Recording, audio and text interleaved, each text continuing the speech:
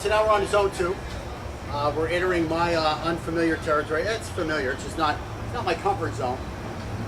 And your left hand. Thoughts of that? I think I was defending too. You went on defense right away. Okay, that's all right. Okay, so give me a nice angle point here. Thoughts of that? Again, the most important thing when you're being Tory is to make sure when you attack, you go right to where my head is. And once I start moving, that's where my head was. And you just continue with your angle. Okay? You just feed a nice angle. And stops it action. Stops it action. And again, that's not made for that angle. I'm forcing myself. Stops it action. Whereas this one becomes a little easier. Stops it action. Oops, there I go to a 4. Yeah. That's that. So a lot of times what this is teaching you is because these things are coming into a place where you're going to have a collision knife on knife, you have to pause and just hollow and wait for the knife to go by, then you attack it. So it's teaching you a big timing step that most people are never going to have a chance to experience, and that's because we're doing the wrong zone defense against an angle. So again, in angle 4, I should be using a 3 or I should be using a 1. But what we're forcing ourselves to walk. Give me a slow 3. We're forcing ourselves to walk right into where the blade is coming. That's unnatural. Now, might you make that mistake one day?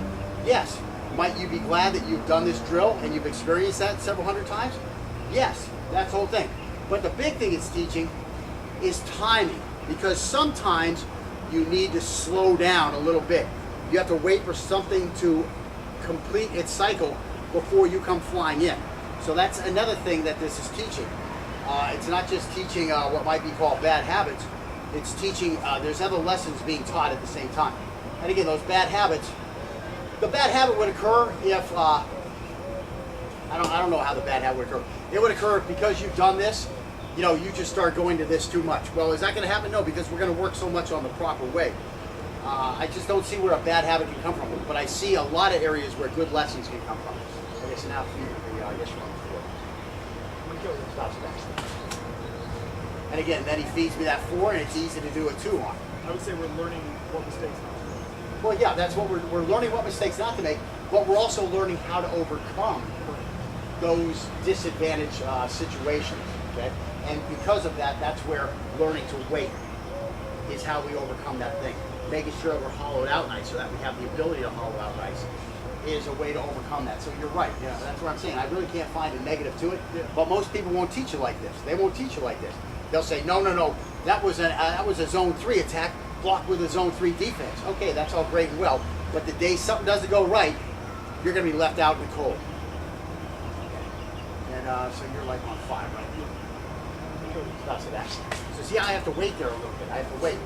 And you notice also that now I am grabbing up higher because I have to do my work down here. I can't grab here and try to do my work here. I have to come here. So when I'm over here, I'm going to be closer to his hand. When I'm over here, I'm going to be closer to the elbow. And I'm going to be cutting the wrist, which is where I really want to be cutting anyway.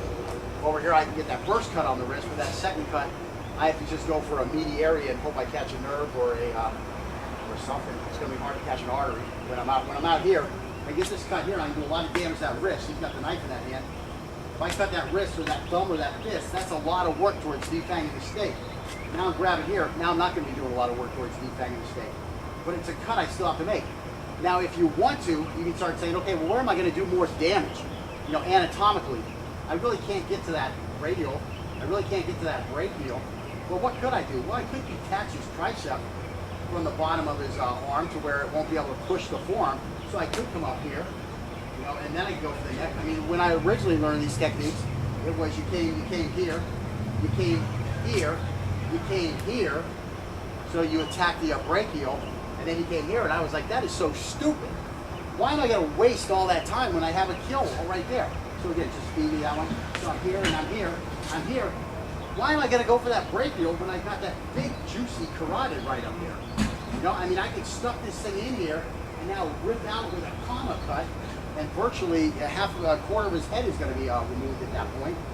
Or I could just come slashing across here, get some nice drape, giving him some respiratory problems, and hopefully getting deep enough to get that carotid, which is going to shut his brain off in a matter of seconds. I mean, once I get these cuts in, now I can play the game of let's just dance.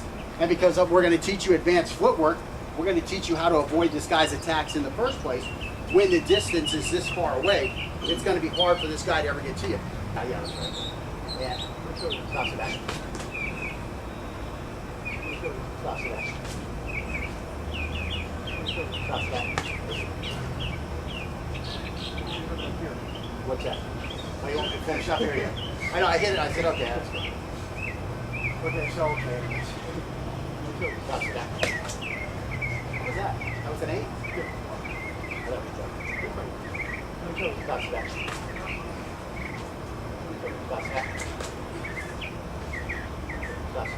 See, I gotta wait here. Now I can come in. Because here's one thing. When that knife goes here, where's it gotta come? It's gotta come back here. So I just wait, and that's when I did my technique. It's gotta come back. I'm gonna literally let him feed me a 2 on a 2's ground. Just like that. Stop. Okay, stop. Stay back. One of the things when you're the guy doing the attacking, one of the biggest problems I have, and I probably should have mentioned this earlier, is sometimes the guy attacking will follow the guy defending because he knows where the guy's going already. Oh, he's doing angle 2 zone 2 defense. Well, he's going to be over here. So you have this habit of shadowing him or following him to where he's going. One of the things I tell people to get rid of that is you pick something behind this man. Like for me, there's a tree right back there. There might be a building back there. You pick a little spot in the building that's right behind his head. And here I come with an 8. And what you do is that's what you attack. So when you're here, you want to make sure that you attacked at that area and you didn't follow this guy. Because on the streets, the guy doesn't know that he's going this way, so there's no way possible he can follow him in advance, okay?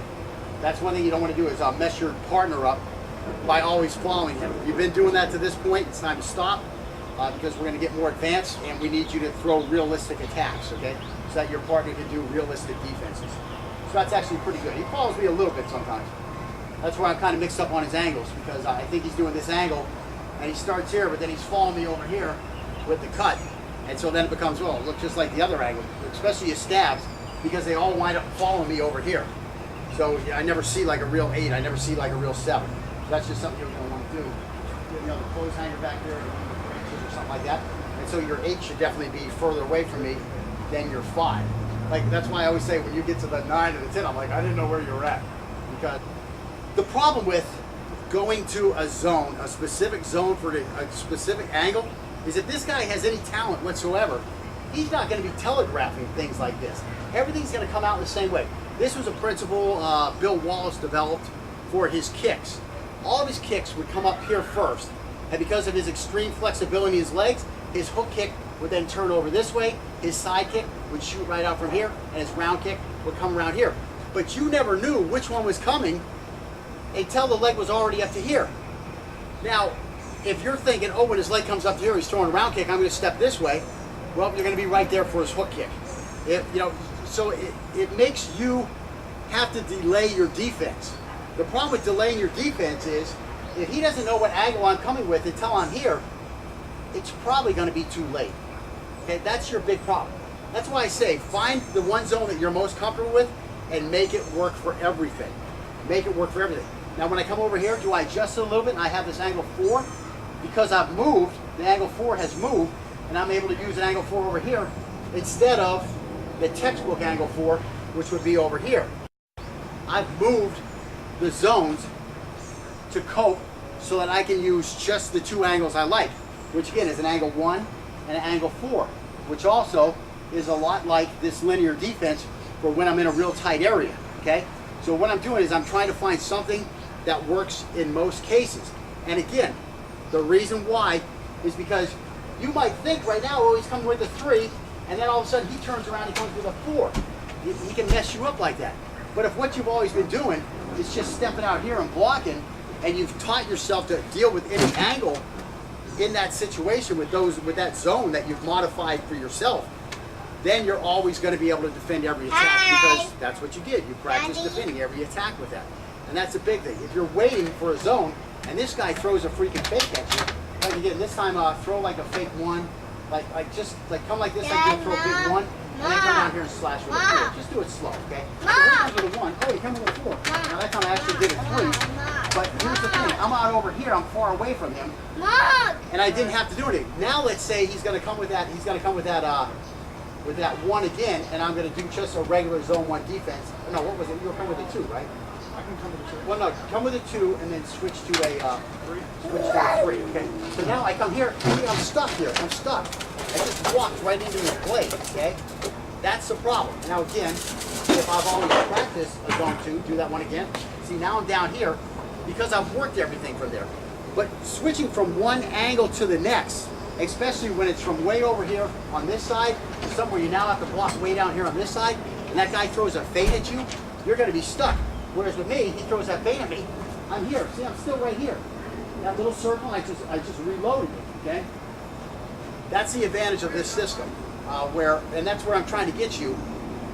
I'm not trying to turn you into a zone, you know, a 1, 2, 3, 4 kind of guy. I'm trying to turn you into a use what works best for you. Find out what works best for you, and then modify your own defense for you, okay? I'm not trying to cookie cutter you a knife fighting system. I'm trying to give you all these things and to let you explore them and experiment with them and find out what works for you, and thus you can come up with a system that works best for you. You wind up being a zone 2 guy, that's great. If you somehow wind up becoming a zone 3 guy for everything, Jesus Christ, come show me how you do it. Because that's to me, that's a tough one. I mean, Scott's doing a good job throwing some 3s in there. I actually just threw a 3 in there too. Why was I able to adjust and go to a 3? Because I practiced 3s. That's the thing. And again, I practice it from an area that I wouldn't usually see that from if I was just cookie cuttering my zone 1, 2, 3, and 4s. But we're not. We're just slathering a big covering of gravy on it so that you'll be ready for everything. I don't know. I went better. I'll show you stuff for that. See, if you go fast, I can't use my conscious mind. And that's where I'm at my best, because I've trained all these responses in. Now, what's going to come out is what has to come out. The flow, the me feeling you, the me seeing it. I mean, I'm feeling you when you attack me. It's like the other night I'm walking through work and Alvaro tries to trip me from behind. And as I go by him, I just see a movement. And right away, I just lift this foot up. And he like fans on the foot, just like this. And he said there was his mouth hanging open. And I'm like, what did you expect? And I could just feel that was the attack that had to come. That he wanted to get me with something. So anyway, I digress. I go through around it. I'm going to kill you. Stop that. I'm going to kill you. Stop that. Stop that. Stop that. Stop that. Okay, so what we're going to do now is we're going to do the zone 4 defenses against the 4 different angles of attack. Excuse me, against the 4 different styles with all 12 angles of attack. So we're looking at 48 quick reps here each, and we'll get on with that. Stop that. So that's just crazy, but that's a 4. You know, I have to come like this with a 4. I got to bring a weight there and chop down. So there's a lot of wasted motion. Stop to that. Stop, stay that. Stop, stay that. Finally works now. And stop, stay that. Stop, stay that. Stop, stay that. And again, right away you see what the problem is. This is what the problem is. See how far away my knife is from his head, and how far away his knife is from my head. Now the advantage is that my knife can get to his head. His knife can't get to my head, as you will try. Just to try to bend it every way again. So no matter what he does, because of this catch, now if he comes over here, I'm very happy. That's a trait I'm happy with. Yeah, that's a trait I'm happy with. But in general, it's not a good situation, it's not a bad situation. What I've got to do is I've got to get him to maneuver in a way that I want him to. So what I'm going to have to do is I've got to, once I get here, now remember, I've already cut him once. I've cut him twice. So now where am I going to go? Well, if I came down here, what do I want to do? I want to stab from here now, right? So I came down here, so this is how I'm going to do it. I'm going to come here like this. And now I'm going to have to get pretty inventive on how I'm going to finish this. And pretty much, I'm just going to have to let this hand go and go for his neck. I just have to go for it. That's what I have to do. I rolled the blade, and I got to get to his knife. Now, he might start stabbing me with one of these backhand. No, not that one. With that one there. But then I'm getting his throat. So, and then, of course, I'm going to check off, spin away, and then he's going to have problems coming at me. But, yeah, fours are ugly. That's why we don't usually find somebody. Well, I've never seen somebody who wants to defend all his attacks with a four. Is it possible? Yes, it's possible. Might you have to do it because something went wrong? Yes. At least now you'll have an idea how to do it. What are you on, 7? Yeah. You're going to kill Scott today. Kill Scott today. I'm going to kill Scott today. I'm going to kill Scott today. Scott today. I'm going to kill Scott today. Chinese left side. You're like almost done. I'm going to kill you. Stop. Stay there. Okay. Stop. Stay there. Okay. Stop. Stay there. Okay. Stop. Sometimes you mess up the perfect one. It's like my perfect one I didn't do perfectly. I was like, God damn, rookie ain't gonna give you another nice one like that. You didn't do it just exactly right. Okay. Stop. Stay there. Okay. Stop. Stay there. Okay. Stop. Stay there.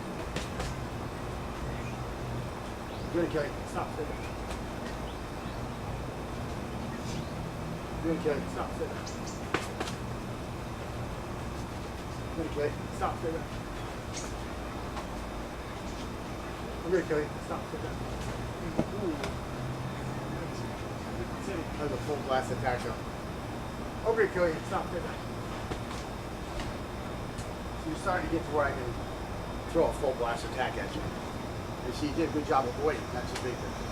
You were sitting there just waiting for a little slow attack. Also, I got with a big attack, and you still were able to avoid 95% of that attack. You got a little nick here.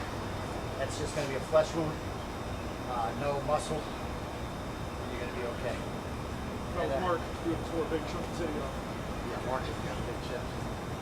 He's a little skinny guy. But he was always a tall guy. He's a tall, skinny guy. Now he's freaking a monster. Okay, and that's my creation. My Frankenstein. Okay, so let's see. It's on doing a 4, and we're coming with a Chinese. Reverse right. Have we done reverse left? Yeah, we haven't. No, you haven't done Chinese. Yeah, we did. I did, yeah, because I came in. We blasted right through that last section. It is the last section. Yeah, because you didn't talk at all through that last That's what it was. time. You were sorry.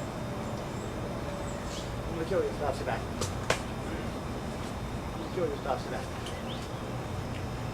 I'm gonna kill you. Stop, sit back. I'm gonna kill you. Stop, sit back. I'm gonna kill you. Stop, sit back. I'm gonna kill you. Stop, sit back.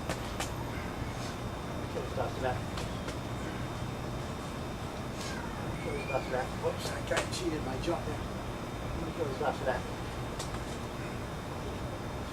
going to kill this stop that. I'm going to kill this stop that.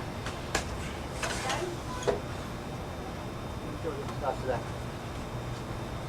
I'm going to kill this stop that.